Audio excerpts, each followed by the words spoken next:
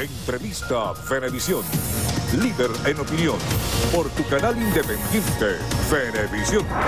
Muchísimas gracias por acompañarnos en Entrevista Venevisión. Ya estamos listos para iniciar nuestra conversación con la invitada del día de hoy, Socorro Hernández, rectora principal del Consejo Nacional Electoral. Gracias por estar con nosotros. Gracias por la invitación. Interesantes temas que hablar, sobre todo a partir de esta rueda de prensa que se llevara a cabo hace minutos, en la cual participaba la presidenta del CNE, Tibisay Lucena, el ministro de la Defensa. También estaba allí la presidenta de la Asamblea Nacional Constituyente, y quisiera conocer sus impresiones de lo que está sucediendo en el ambiente, tanto en lo nacional como lo internacional, porque ha habido declaraciones muy contundentes a la cual hacía frente la presidenta del CNE, Tibisay Lucena, sobre los señalamientos de países como Estados Unidos, Colombia y Canadá, que cuestionan la legitimidad de estas elecciones que se van a celebrar el próximo domingo. Sí, realmente es un exabrupto, ¿no? Un exabrupto de que otros países estén asumiendo posiciones respecto a un país que está a las puertas de una elección este próximo domingo. Hemos visto posiciones injerencistas ya a lo largo de un buen rato, así que no nos sorprende el que tomen esas posiciones. Sin embargo, nosotros como país tenemos que decirle al mundo que esta es una democracia sólida, que nosotros tenemos el orgullo de tener un sistema electoral que es auditado en todos, absolutamente todos sus componentes, que los factores políticos participan de esas auditorías, que se elaboran las actas correspondientes a cada una de esas auditorías, donde allí está expresamente dicho cuál fue el resultado de ese proceso que fue auditado. Entonces nosotros no tenemos ninguna duda de que el sistema electoral nuestro es un sistema robusto y orgullo de la nación. Así que de verdad yo lo que creo es que más bien el producir estas declaraciones apuntan hacia querer esa discordia entre el pueblo venezolano, ese deseo de dividir a la población venezolana. Nosotros como venezolanos y venezolanas sabemos resolver nuestros problemas y vamos a resolverlo. Y vamos a resolverlo en sana paz. Uno de los puntos más controversiales a lo largo de esta carrera de cara a las regionales ha sido la sustitución de los candidatos y las confusiones que esto pudiera generar entre los electores. Y una de las denuncias más contundentes fuera la que formulara el rector Luis Emilio Rondón cuando señalaba la reubicación de centros electorales que estaría impactando, según las cifras que él proyecta, a más de 700.515 con 502 electores que corresponden a 273 centros reubicados. ¿A qué obedece esta reubicación de centros? Porque la presidenta del CNE hablaba de 203 centros que fueron reubicados por razones de violencia. ¿Las otras 70 centros a qué obedece? Sí, realmente como procedimiento normal dentro de los procesos electorales, nosotros tenemos un proceso que es el proceso de catastro. En ese proceso de catastro nosotros revisamos el estado de los centros, verificamos qué condiciones tienen para que se realice el evento el día que corresponde de la mejor manera, con las mejores condiciones. Entonces, en ese proceso de catastro, eso no es para este proceso, eso se hace en absolutamente todos los procesos que llevamos adelante. Si se detecta alguna situación que amerite su solución inmediata, se hace, y si no es posible hacer esa solución inmediata, es posible hacer una reubicación de centro, por razones de infraestructura simplemente, porque supongamos sitios donde han habido inundaciones, sitios donde ha habido alguna situación particular climática, que haya llevado a que el centro tenga algún inconveniente, pues nosotros hemos reubicado, y eso es una situación normal dentro de los procesos del Consejo Nacional Electoral. En esta oportunidad, bueno, son 70 centros los que tienen que ver con temas de infraestructura que han sido reubicados. El resto, los 203, como bien decía la presidenta hace un momento, tienen que ver con razones de violencia del último proceso electoral. Toda la colectividad sabe, y en reiteradas oportunidades la presidenta de la institución informó al país de que aquellos centros donde hubiese una violencia extrema para aquel momento iban a ser reubicados. Y eso es exactamente lo que estamos haciendo. Toda la población puede tener acceso para saber exactamente dónde está reubicado su centro. Precisamente acerca de eso quería hablar, porque una de las denuncias que formulaban voceros de la oposición venezolana, y en particular Vicente Bello, quien es técnico electoral de la MUT, era que no estaban actualizadas en la página web del CNE y había muchísima confusión entre los electores acerca de esta reubicación de los centros. ¿Cómo puede tener certeza una persona que está observando esta entrevista en su casa acerca de qué lugar le corresponde votar y dónde fue reubicado? Bueno, lo primero es que sugiero que entren a la página web del Consejo Nacional Electoral. Porque las diferentes organizaciones políticas tienen sus páginas y tienen sus números.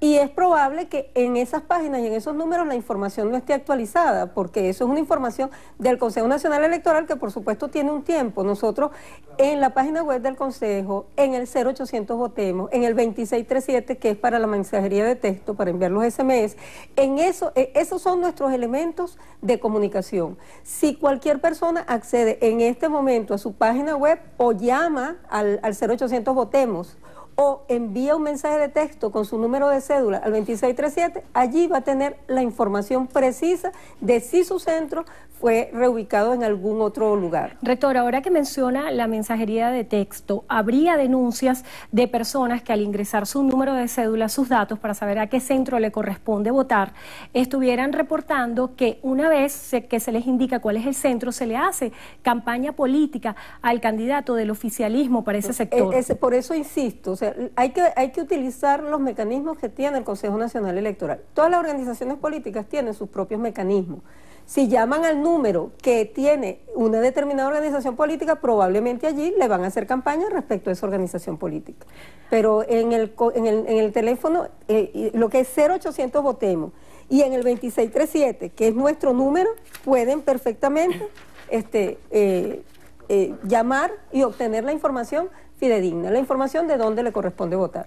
Acerca de la juramentación de los candidatos que resulten electos, ha sido también un tema controversial el anuncio que hiciera el presidente de la República, Nicolás Maduro, de que deberían juramentarse ante la Asamblea Nacional Constituyente. El rector Luis Emilio Rondón decía que esto era una violación a la Ley Orgánica de Procedimientos Electorales, en virtud de que esto no es lo que está previsto en la Constitución ni en las leyes que tienen que ver con el tema electoral. ¿Cómo debería hacerse esta juramentación? Fíjate, realmente nosotros tenemos que entender que nosotros estamos en un Estado de Derecho, que aquí se produjo en el mes de julio la elección de una Asamblea Nacional Constituyente y que esa Asamblea Nacional Constituyente como tal tiene constitucionalmente una serie de atribuciones.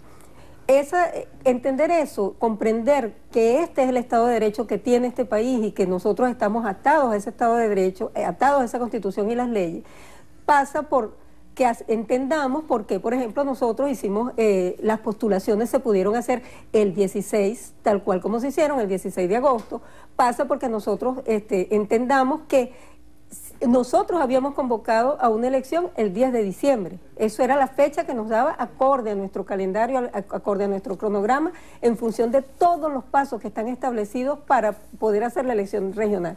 ¿Qué ocurre? Esa elección nos pide la Asamblea Nacional Constituyente que la llevemos, que la adelantemos hasta el mes de octubre. Eso lo puede solicitar la Asamblea Nacional Constituyente. Eso no lo hubiéramos podido decidir nosotros, porque si nosotros tomamos la ley tal cual como estaba, pues hay ciertos lapsos que debían realizarse. Sin embargo, hay una solicitud de Asamblea Nacional Constituyente que en pleno ejercicio de sus funciones está por encima de todos los poderes y nosotros tenemos que atender a ese llamado que está haciendo la Asamblea Nacional Constituyente. Por eso podemos tener elecciones este fin de semana, el 15 de octubre. En virtud de esa explicación que usted señala, ¿se pudiera decir que el cambio de fechas para estas elecciones regionales no obedece a un conjunto de irregularidades y omisiones cometidas por el Consejo Nacional Electoral? No, imagínate, nosotros estamos, absolutamente toda la actuación del Consejo Nacional Electoral está apegado a derecho, está en el marco constitucional y de eso no tenemos absolutamente ninguna duda. Podemos demostrarlo, en cualquier instancia podemos hacer la demostración correspondiente de que eso es así. Tenemos la potestad por ley de hacer la convocatoria, de establecer los lapsos, tenemos la potestad también de fijar las fechas dentro de esos lapsos y por eso, bueno, tenemos el proceso tal cual como lo hemos llevado. Incluso, no sé si recordarán, pero nosotros nos costó, demoramos para dar la fecha, finalmente la fecha de las elecciones. ¿Por qué? Porque estábamos afinando todos los detalles que nos permitiera que cuando nosotros dijéramos, podemos el 15 de octubre, sí, efectivamente vamos a poder. Estas elecciones regionales tienen una particularidad y es que por primera vez en la historia no se va a hacer las elecciones de gobernadores en conjunto con las elecciones al Consejo Legislativo. ¿Para cuándo quedan prorrateadas estas próximas elecciones y cuál es la situación legal de estos representantes al Consejo Legislativo que no van a ser electos y ya tienen su periodo vencido? Sí, realmente está pendiente de establecer la fecha de ese Consejo Legislativo. Nosotros nos quedará también el de los alcaldes y consejos municipales. O sea, hay unas fechas que están pendientes para informársela a la colectividad. Una vez que las analicemos, las estudiemos, le informaremos al país. Acerca de estas auditorías que se han desarrollado de cara a las elecciones regionales, hay una auditoría muy importante y es la auditoría de verificación ciudadana que se hace en caliente en cada uno de los centros electorales y sobre la cual tiene muchísimo peso los testigos y los miembros de mesa. Yo quisiera que nos aclarara una duda que existe en el ambiente y es en cuanto a las actas que se entregan en cada una de las mesas a los testigos donde se da la certificación de lo que ocurrió en cada centro de votación. ¿Se van a entregar estas actas a los testigos? ¿Cómo va a ser este proceso? ¿Y qué diferencia tiene respecto a otros cuando ya no se está utilizando la tinta indeleble? Fíjate, nosotros, es bien importante todo el tema de la verificación ciudadana. Tenemos dos elementos de acorde con lo que estás planteando. Uno es el acta de escrutinio, el acta de votación que emite la máquina de votación, que es un elemento importante, fundamental para hacer la verificación ciudadana. En el mismo proceso, cuando se hace la verificación ciudadana, también se emite un acta correspondiente a la verificación ciudadana. Es decir, tenemos un acta que es para el escrutinio, un acta que es para lo que es el proceso de votación y otra acta que es para la verificación ciudadana.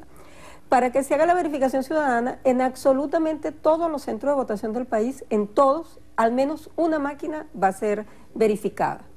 ¿Por qué? Bueno, sencillamente porque hay establecido incluso unos rangos según los cuales centros de votación que tengan entre 1 y 3 mesas, bueno, allí se audita al menos una. Centros de votación que tengan de 4 a 7 mesas es otro número, y así.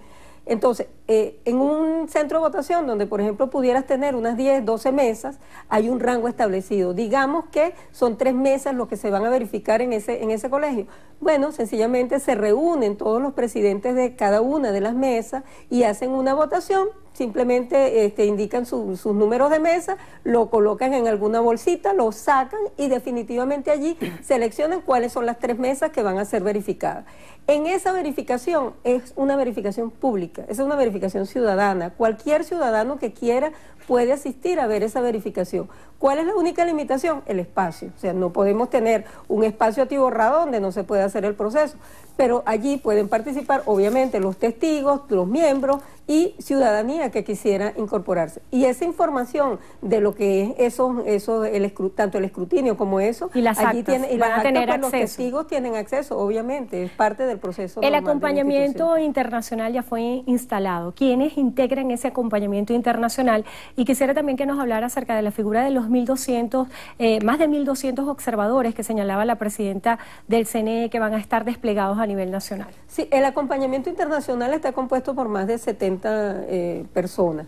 Tenemos el Consejo de Expertos, Consejo de Expertos Electores, Consejo de Expertos Electoral, que es el CELA de Latinoamérica, ¿okay?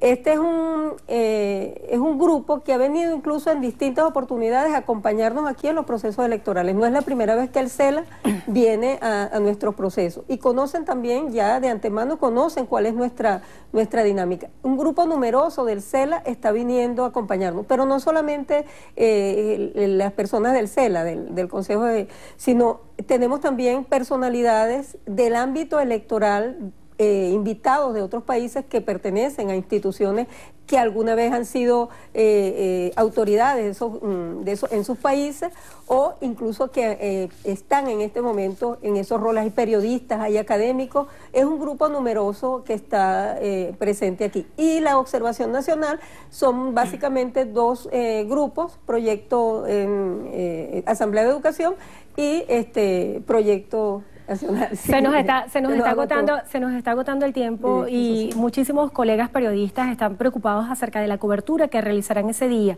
¿Existe alguna limitación para que un periodista no sea acreditado para dar cobertura a este evento electoral? Bueno, tienen que hacer seguir los requisitos que solicita el Consejo, tienen que colocar su foto, o sea, los requisitos que están marcados para solicitar la credencial para cubrir el evento. Pero, ¿hay garantía de derecho al voto en Venezuela? Por supuesto, todo el pueblo tiene garantizado su derecho al voto, obviamente. ¿Un mensaje final? El mensaje final a todos los actores políticos, a toda la ciudadanía, que cada quien acuda el domingo a ejercer su rol. Si es miembro de mesa, pues hacer su su rol como miembro de mesa, si es operador, en los distintos ámbitos, si es una persona de soporte, tanto CanTV, Corpoelec, o sea, hay un despliegue enorme, hay cantidad de personas que están alrededor de todo este evento electoral, a todos ellos a cumplir con su deber, a cumplir con su actividad y a todos los electores a participar, porque realmente el Consejo Nacional Electoral hace este evento para toda la ciudadanía. El 100% del padrón electoral está en la plataforma esperando simplemente para que acudan a votar. ¿De qué depende la hora en la que se conozcan los resultados? De la participación, o sea, mientras mayor participación, si nosotros a las 6 de la tarde tenemos cola, bueno, tenemos que esperar que vote hasta el último elector. Y cuando los resultados son irreversibles, los anunciamos al país. Socorro Hernández, rectora principal del Consejo Nacional Electoral, gracias por estar con nosotros hoy en Entrevista Venevisión.